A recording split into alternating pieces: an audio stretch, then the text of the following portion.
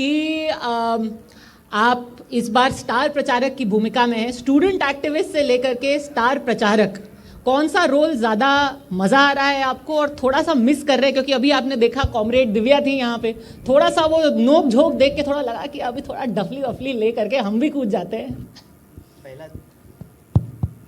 पहले तो आप दोनों का पटने में स्वागत है। और आपने कहा कि आपको लेफ्ट में बिठाया है, आपका भी दिल लेफ्ट में ही होगा, सबका दिल लेफ्ट में ही होता है। दूसरा, आपने कहा कि स्टूडेंट एक्टिविस्ट से स्टार प्रचारक हो गए। स्टूडेंट एक्टिविस्ट ही हैं। स्टार प्रचारक की कैटेगरी एक्चुअली चुनाव आयोग की कैटेगरी है। भले हम लोग सवाल उठाते हैं चुनाव आयोग पे, क्योंकि सवाल तो लोग अपनों से ही पूछते हैं ना, तो वो चुनाव आयोग हमारा भी है, इसलिए उनसे सवाल पूछते हैं। तो चुनाव आयोग की कैटेगरी है, उस कैटेगरी के हिसाब से प्रचारक हो गए हैं। लेकिन कर हम एक्टिविज़म ही रहे हैं, भले डफली हो, माइक हो, झंडा हो या कुछ भी हो हाथ में, कर एक्टिविज़म ही रहे हैं। क्योंकि राजनीति में एक्टिविज़म की ज़रूरत हमेशा बनी रहनी चाहिए, उससे राजनीति की शुचिता बरकरार रहती है और कुर्सी पर बैठे हुए लोगों को याद रहता है कि ये परमानेंट पोस्ट नहीं है, ठीक से काम नहीं करेंगे तो कभी भी चला जाएगा। अच्छा लगा कुछ अपनापन आपकी तरफ से देख के चुनाव आयोग के लिए। नहीं तो अभी तो आपने उसको बीजेपी की बी टीम कह के डिसमिस ही कर लिया था, अब अपना चुनाव आयोग थोड़ा अपनापन झलक रहा है। नहीं, बीजेपी से भी कोई दुश्मनी नहीं है। बीजेपी में जो लोग हैं वो इसी देश के लोग हैं और देश का कुछ भी भला होगा, अच्छा होगा, उसका लाभ जो है बीजेपी को भी मिलेगा। फर्ज कीजिए कि प्रधानमंत्री भी रहते हैं दिल्ली में, राहुल जी भी दिल्ली में रहते हैं, AQI 1000 हो गया है, तो फेफड़ा दोनों का खराब हो रहा है ना, देश हम सब का है। देखिए, राजनीति व्यक्तिगत दुश्मनी की नहीं है, राजनीति विचारों की है और उस विचार के चलते ही हम चुनाव आयोग पे भी सवाल करते हैं और भाजपा से भी झगड़ा करते हैं। चुनाव आयोग को अपना मानकर ही सवाल करते हैं। चुनाव आयोग इस देश की संविधान की संस्था है और अगर हम संविधान को मजबूत रखना चाहते हैं तो संवैधानिक संस्थाओं से सवाल पूछना जरूरी है। अब ये चुनाव आयोग की जिम्मेवारी है कि वह दिखाएं कि हम भी देश के हैं और हमारे लिए हर पार्टी बराबर है। आपकी बात हुई है कभी राहुल गांधी से इस बात को लेकर के कांग्रेस का भविष्य बिहार में क्या है? क्योंकि हम देख रहे हैं पिछले कई चुनावों से कांग्रेस की जिस तरह से एक सीटें सिमटी हैं, तो एक भविष्य देखकर आप एक कार्यकर्ता की तरह, एक नेता की तरह काम कर रहे हैं प्रचार पार्टी को बढ़ाने के लिए, तो एक लक्ष्य क्या है कांग्रेस पार्टी का बिहार को लेकर? देखिए, बिहार अन्य राज्यों की तरह ही एक राज्य है और देश का एक महत्वपूर्ण राज्य है। कांग्रेस पार्टी इस देश की राष्ट्रीय पार्टी है और अभी देश की विपक्ष की भूमिका निभा रही है।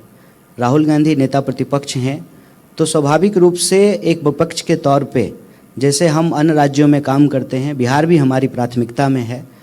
ऐसा कई बार महसूस होता है या महसूस कराया जाता है कि कांग्रेस पार्टी के लिए बिहार की प्राथमिक नहीं है, क्योंकि यहाँ हम अलायंस में चुनाव लड़ते हैं। अलायंस में चुनाव लड़ने का ये मतलब नहीं है कि हमारी प्राथमिकता में नहीं है। अगर बिहार कांग्रेस पार्टी की प्राथमिकता में नहीं होती, हम बहुत इतिहास में नहीं जा रहे हैं, पिछले कुछ सालों में जो हुआ है, जब राहुल जी भारत जोड़ो न्याय यात्रा कर रहे थे तब भी बिहार से गुजरे, बिहार के कई जिलों से गुजरे। उसके बाद जो है हम लोग मतलब कांग्रेस पार्टी की यूथ विंग और स्टूडेंट विंग यहाँ पर पलायन रोको नौकरी दो यात्रा की, फिर अभी जो है वोटर अधिकार यात्रा हुआ और अक्सर जो है बिहार आते रहते हैं और बिहार के जो सवाल हैं उन सवालों को बहुत प्रमुखता से उठाती रहती है कांग्रेस पार्टी, चाहे वो सवाल भ्रष्टाचार का हो, गुंडागर्दी का हो, पलायन का हो, या फिर बिहार से जुड़ा हुआ एक महत्वपूर्ण विषय जो है जाति जनगणना का। और बिहार में जब महागठबंधन की सरकार थी, नीतीश जी भी थे साथ में, और जाति सर्वे का काम हुआ और यह बात समझ में आई कि वह 50% का जो कैप है उस कैप को हटाने की आवश्यकता है। और बिहार में आज भी कई ऐसे समूह हैं, कई ऐसे सामाजिक समूह हैं, कई ऐसे जातीय समूह हैं जो संख्या में भले कम दिखते हों, लेकिन अगर आप उनको संवैधानिक कैटेगरी में डाल करके देखें तो उनकी संख्या बहुत बड़ी है। और जिस तरह से उनका सामाजिक, राजनीतिक और आर्थिक रिप्रेजेंटेशन होना चाहिए, उनका प्रतिनिधित्व होना चाहिए, वो प्रतिनिधित्व उनको नहीं मिल पा रहा है। तो इसीलिए सरकार की व्यवस्था में, सरकारी व्यवस्था में तो उनको स्थान दिया ही जाए, प्लस सरकार के सहयोग से जो क्षेत्र विकसित होते हैं, चाहे वो पीपीपी मॉडल पे हों या एमओयू साइन करके हों, वहाँ पर भी उनकी भागीदारी सुनिश्चित की जाए। इसीलिए कांग्रेस पार्टी के लिए बिहार को लेकर यह स्पष्ट मत है। मैंने ये सवाल इसलिए पूछा था क्योंकि 1990 से लेकर अब तक अगर हम देख रहे हैं, सीटें कांग्रेस की बहुत ज्यादा आई नहीं बिहार में। एक लक्ष्य हमेशा एक राजनीतिक दल का ये होता है कि वो चुनाव जीतना चाहता है, अपने आप को एक्सपैंड करना चाहता है।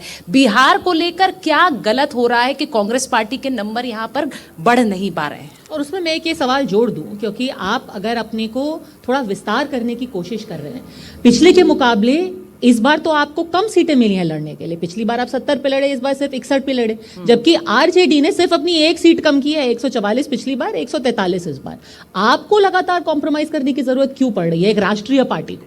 नहीं, देखिए, विस्तार कैसे होगा? सीटों की संख्या से कॉम्प्रोमाइज को नहीं देखना चाहिए। मेरा मानना है कि विचारों के प्रभाव से कॉम्प्रोमाइज को देखना चाहिए। सीटों की संख्या कम जाए बढ़ जाए ये इंपॉर्टेंट नहीं है, लेकिन संघर्ष क्या है और बिहार के लोगों के लिए विजन क्या है।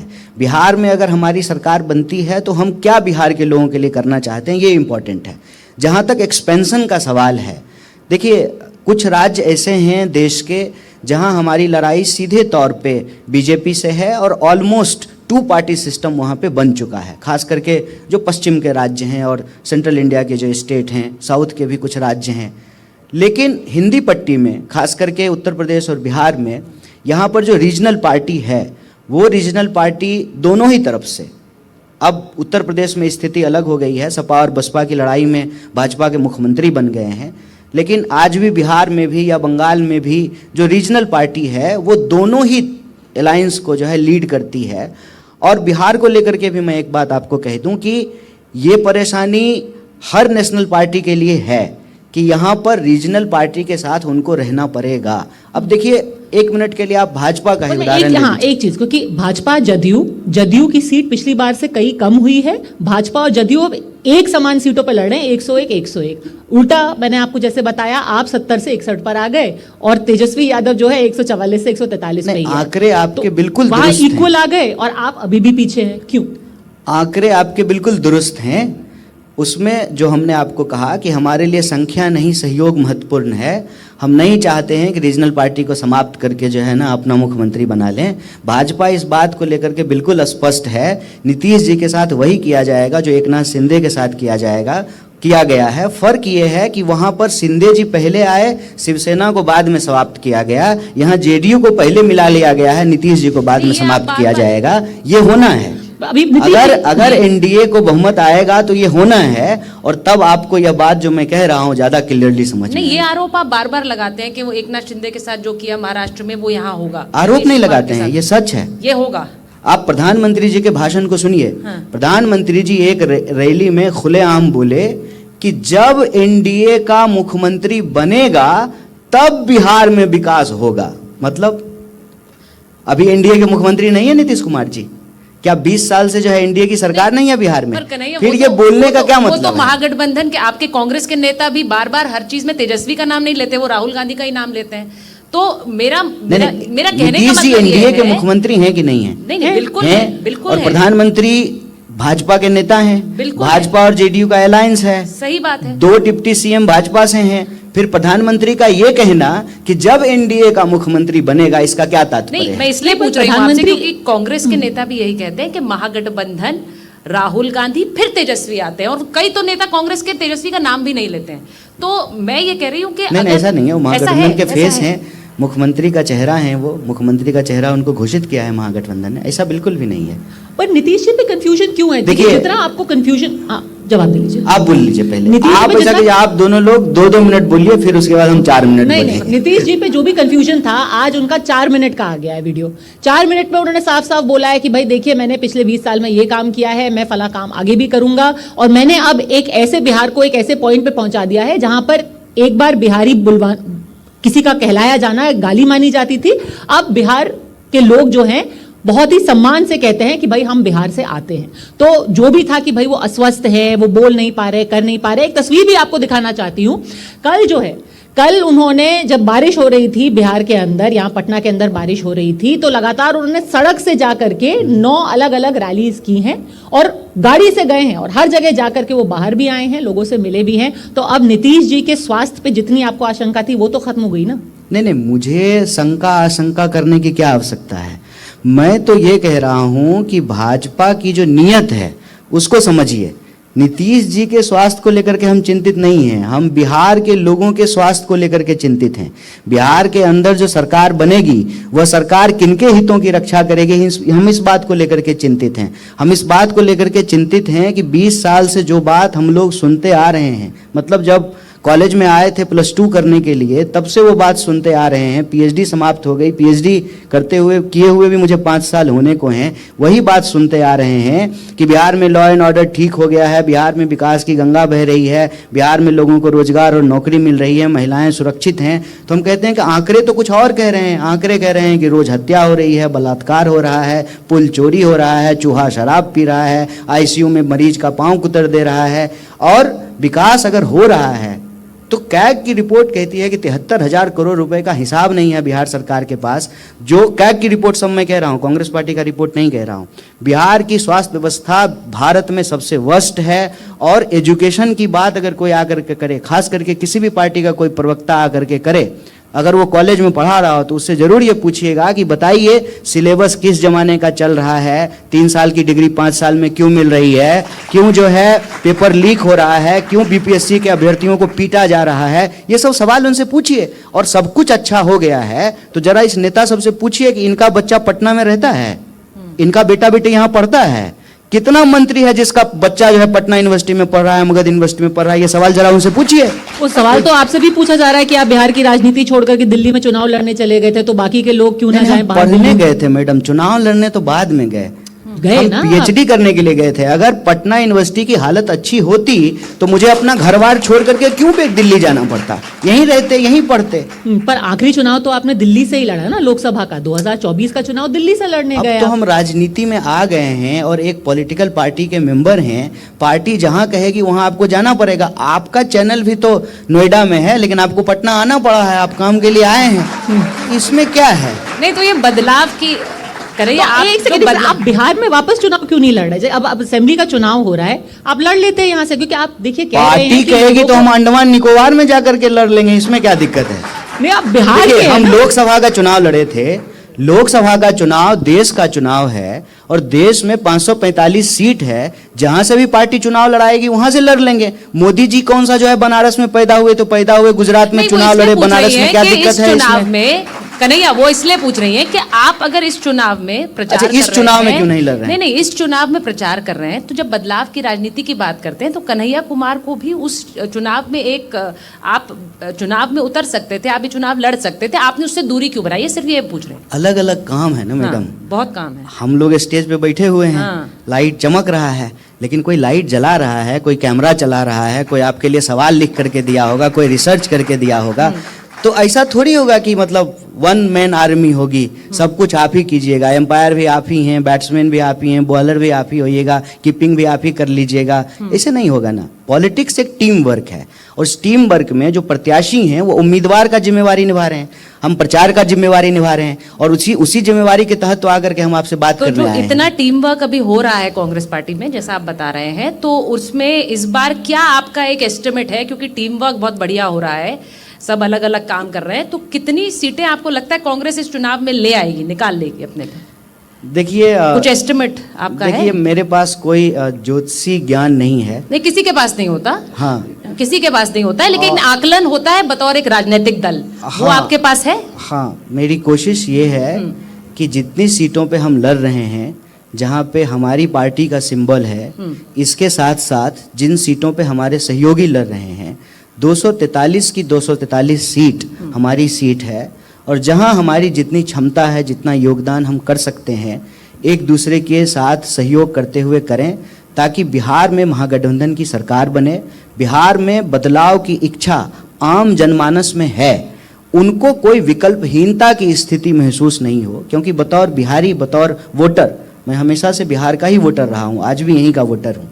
मैं महसूस करता हूँ कि इस बार के चुनाव में लोगों के भीतर एंटी इनकम्पेंसी तो है, साथ ही साथ एक विलंबित निराशा है। विलंबित निराशा का मतलब ये होता है कि आप स्थानीय चीज़ों से तो गुस्से में होते हैं, लेकिन जो अल्टीमेट कारण है उस अल्टीमेट कारण को लेकर के आप अपना गुस्सा जो है उसका सकारात्मक इस्तेमाल नहीं करते हैं, परिवर्तन में इस्तेमाल नहीं करते हैं। तो हम बिहार के लोगों से सिर्फ एक बात कहना चाहते हैं, अगर आप सचमुच खुश हैं, आपका सारा सवाल अगर इस सरकार ने हल कर दिया है, तो हमको कोई नैतिक अधिकार नहीं है आपसे वोट मांगने का भी। लेकिन अगर आप परेशान हैं तो ये आपकी व्यक्तिगत विफलता नहीं है, ये सिस्टम की विफलता है। और इस सिस्टम ने आपको एक राइट दिया है कि जो काम सही करे उसको रखिए, जो काम नहीं सही करे 5 साल में चुनाव इसीलिए होते हैं कि उसको बदल दीजिए। और अगर बिहार बदलना चाहता है तो हम महागठबंधन की तरफ से विकल्प देना चाहते हैं। कन्हैया, आपने कहा कि हम 243 सीट में जीतने की कोशिश करेंगे। इसमें एक छोटा सा पेच ये है कि आप 243 नहीं, आपका गठबंधन 254 सीटें लड़ रहा है। अब उन 11 सीटों को क्या करिएगा जहां आप एक दूसरे से लड़ रहे हैं? ऐसा क्या है ना कि हम लोग नहीं, थोड़े ईमानदार लोग हैं, जो बात है सो है, मुंह पे ही कह देते हैं। अब ऐसा अगर आप विश्लेषण करेंगे ना तो भाजपा और एनडीए भी करीब 300 सीट पे चुनाव लड़ रही है, ये मैं आपको ऑनेस्टली बता देता हूँ। और इस बार का चुनाव स्टेट वाइज से ज़्यादा सीट वाइज चुनाव है। और इस सीट पे आप देखेंगे कि एनडीए बहुत अच्छे से चुनाव लड़ रहा है, बगल वाली सीट में आपस में लड़ रहा है। कारण क्या है कि यह जो गठबंधन है, जो गठबंधन दिख रहा है आपको, उस गठबंधन में कई दल हैं दोनों ही तरफ। और राजनीति में आप पर्सनल इंटरेस्ट को पूरी तरीके से डिनाई नहीं कर सकते हैं। हम रहते भी हाइपर इंडिविजुअल टाइम में हैं। पहले जो है जॉइंट फैमिली होता था, न्यूक्लियर फैमिली होती थी, आजकल इंडिविजुअल फैमिली हो गई है। तो इस हाइपर इंडिविजुअलिज्म, कौन सी सीटें हैं जहां जहां एलजेपी चुनाव लड़ रही है वहां जेडीयू के कार्यकर्ताओं से पूछ लीजिए वो एलजेपी को वोट देगी कि नहीं देगी। वो तो कह रहा है कि मौका है हमको, पर उन्होंने जो 2020 में इन्होंने हमारे साथ किया था वो 2025 में हम इनके साथ करेंगे। नीतीश ने जाके खरना का प्रसाद भी खाया चिराग पासवान के घर पे। वो तो चूड़ा दही जो है लालू जी के यहाँ भी जाकर के खाए थे। इसका अर्थ समझते हैं? इसका अर्थ समझते हैं कि फिर 14 तारीख के बाद क्या होगा? पर इन 11 सीटों का हुआ क्या, ये बताइए कि आप, क्योंकि आप प्रचारक हैं, आप पार्टी के अंदर हैं, क्यों नहीं ये सुलझा पाए? कुछ नहीं हुआ, करके हो जाता। और नहीं मैं एक हुआ। चीज और बताना चाहती हूँ कि इसमें सबसे ज्यादा सीटें वो हैं जहां कांग्रेस के ही खिलाफ सब लड़ रहे हैं। आरजेडी भी आपके खिलाफ लड़ रहा है, आपने कई सारे अपने वापस कर लिए लोग, बाकी वीआईपी ने भी कर लिए अपने 1-2 वापस। बोल लीजिए फिर हम। आरजेडी ने वापस नहीं किया, क्यों हो गया? हाँ, अब देखिए हम यहाँ पे हैं और ये 2 लोग हैं। अब ये दोनों झगड़ा कर लेते हैं कि नहीं हम जाएंगे तो हम जाएंगे। क्या सॉल्यूशन होता कि भाई कम कीजिए, दोनों चले जाइए।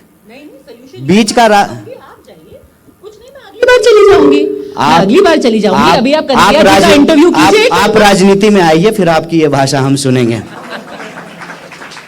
यहाँ भाई भाई के लिए जगह नहीं छोड़ता है, बहन बहन के लिए जगह नहीं छोड़ता है, बहुरानी देवरानी जेठरानी एक दूसरे के लिए जगह नहीं छोड़ती। ये राजनीति है मैडम, ये एंकरिंग नहीं है। यहाँ कोई सीट ऑफ पावर नहीं छोड़ता है। नहीं, यही कारण है कन्हैया कि इतना समय लगाया तेजस्वी का भी नाम के ऊपर मोहर लगाने में। स्थानीय कारण होते हैं। अलग अलग पार्टियां जब साथ में चुनाव लड़ती है तो अपने संगठन के हितों को पूरी तरह से नहीं छोड़ सकती है। उस स्थिति में ये कहा गया कि गतिरोध को समाप्त किया जाए, बाकी सारी सीटों पे हमारा एज इट इज अलायंस है। कुछ सीटें जो आपने गिनाई है उन सीटों पर महागठबंधन के 2 घटक दल अपना अपना उम्मीदवार दिए हैं। अब चुनाव जो ही नजदीक होगा, जनता के विवेक पे जो है निर्भर कीजिए। जनता जिसको देखेगी कि भाजपा को जो हरा रहा है उसको जो है वोट दे देगी। लड़ाई अभी भी इंडिया और एनडीए के बीच में ही है। चुनाव जैसे जैसे आगे बढ़ रहा है जनता तय कर लेगी कि जो है इंडिया का कैंडिडेट कौन है और उसको वोट दे देगी, उसका चुनाव हो जाएगा। पर विश्लेषक तो ये, आपने जो बात बोली कि राजनीति में भाई भाई का नहीं होता है, तो क्या ये कारण है कि कांग्रेस पार्टी ने इतना समय लगाया? गलत बोले हैं क्या? नहीं, ये तो आप राजनेता है ना। नहीं, मैं थोड़ी हूँ। आप इंसान नहीं, आप मंगल पे थोड़ी रहते हैं, ये कोई बात होता है? तो मुझे नहीं पता है, भाई भाई का नहीं होता ये समझ आप इसी समाज में रहती हैं ना, आप नेता है ना, और आप हमसे ज्यादा जो है वरिष्ठ भी हैं, तो आप ठीक है। इसको कहने से मैं पत्रकार नहीं हूँ, इसका क्या मतलब? मीडिया, बताइए, मैं पत्रकार नहीं हूँ तो क्या मुझे मालूम नहीं है कि मीडिया क्या करती है? ये कोई बात होती है? ठीक है, ये तो एक दूसरे के प्रोफेशन के बारे में जानते नहीं, हैं। मैं उसी से सवाल पूछ रही हूँ कि आप तो हम आपने सही कहा बोले हैं कि ना। भाई भाई का नहीं है, हम कह रहे हैं हम सही बोले हैं ना, ऐसा होता है ना। नहीं, मामला भाई का सुलटाया नहीं भी है, जा इसीलिए सकता मैं है। पूछ रही हूँ। इसीलिए तो कई कई पार्टीज ने अपना सुलटा लिया, उन्होंने अपना कैंडिडेट खींच लिया। आपके ही गठबंधन में कई और पार्टी ने, वीआईपी ने अपना कैंडिडेट खींच लिया। अरे आपने खींच लिया हमने अपने भी हटा कैंडिडेट लिया। वापस, हमने RJD ने भी क्यों जो नहीं है खींचा? प्राणपुर की सीट जो है छोड़ बिल्कुल। करके दूसरी सीट पे चुनाव लड़े। आपने एडजस्टमेंट किया, आरजेडी ने क्यों नहीं नहीं, किया? अब मैं असल तो बात, कुछ तो तनातनी होगी नहीं ना। कोई तनातनी, अब मैं असल बात पे आ रहा हूँ। ये बात मुझे कहनी थी।